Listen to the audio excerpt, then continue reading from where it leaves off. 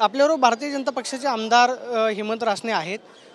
पुण्यातला खरं तर वाहतूक कोंडीचा प्रश्न जो आहे तो मोठ्या प्रमाणावरती पुणेकरांना भेडसावतोय। मात्र आज तुम्ही सार्वजनिक बांधकाम मंत्री जे आहेत ते शिवेंद्रराजे भोसले यांच्यासोबत बैठक घेतली।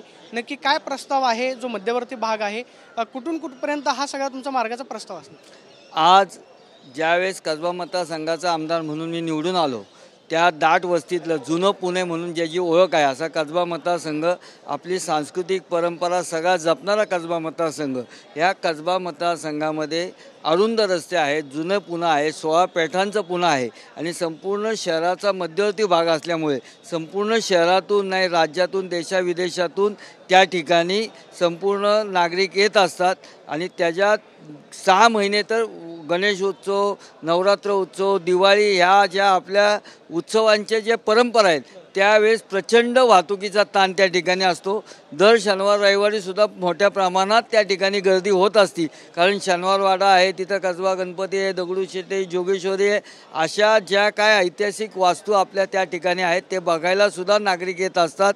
संपूर्ण त्या ठिकाणी मोठ्या व्यापारपेठा आहेत, त्यामुळे पुणेकरांच्या नागरिक असतील, बाहेरचे नागरिक असतील, हे त्या ठिकाणी मोठ्या प्रमाणात येत असतात आणि त्यामुळे सातत्याने वाहतूक कोंडीला त्या ठिकाणी सामोरं जावं लागत असतं। मी निवडून आल्यानंतर सर्वात प्रथम 14 विकास कामं त्याच्यात सुचवली। त्याच्यातला सर्वात महत्त्वाचा विषय शनिवारवाडा ते स्वारगेट शिवाजी रस्ता व सारसबाग ते शनिवारवाडा बाजीराव रस्ता हे अंडरपास व्हावेत, याकरताचं निवेदन मुख्यमंत्री साहेबांना दिलं होतं।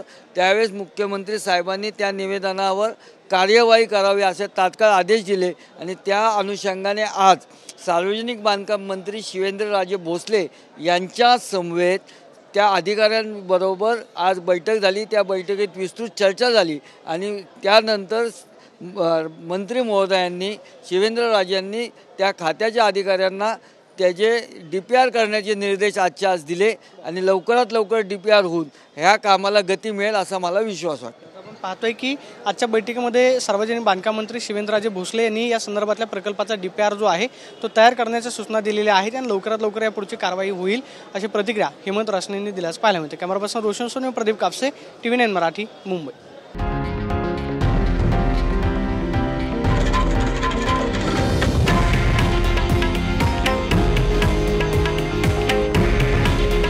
हे आहे देशातील नंबर 1 न्यूज नेटवर्क आणि आपण पाहत आहात TV9 मराठी। काळजी तुमची, हित महाराष्ट्राचं।